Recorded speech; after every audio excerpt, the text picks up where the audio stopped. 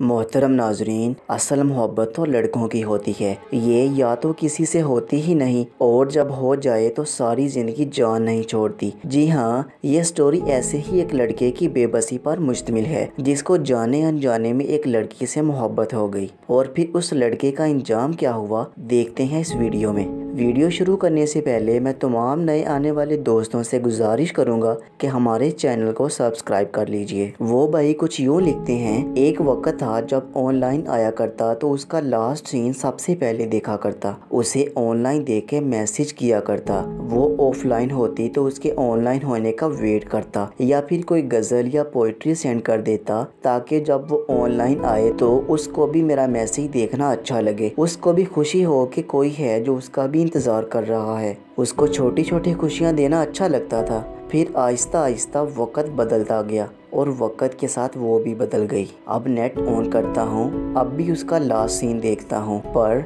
अब एक जलन और तड़प महसूस होती है।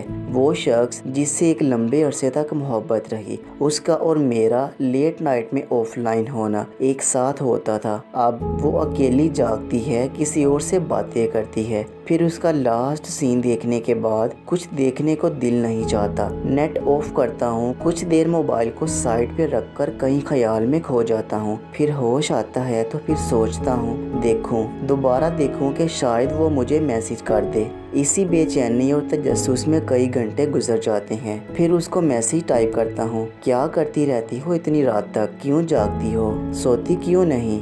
बस अभी उंगलियां बेताबी और कपकपी के आलम में ये सवाल लिख ही रही होती हैं कि एकदम से एक ख्याल आता है कि किसको मैसेज लिख रहे हो, किस हैसियत से लिख रहे हो। ये खुद से उठने वाला सवाल दिल को मार के रख देता है और फिर उन अल्फाज को मिटा देता हूँ और कुछ देर उसको ऑनलाइन देखता हूँ और फिर आंसुओं के चंद कतरे तकिए के दामन को भिगो देते हैं। इसीलिए कहते हैं कि सच्ची मोहब्बत लड़कों की होती है, लड़कियों का तो अल्लाह ही हाफिज है।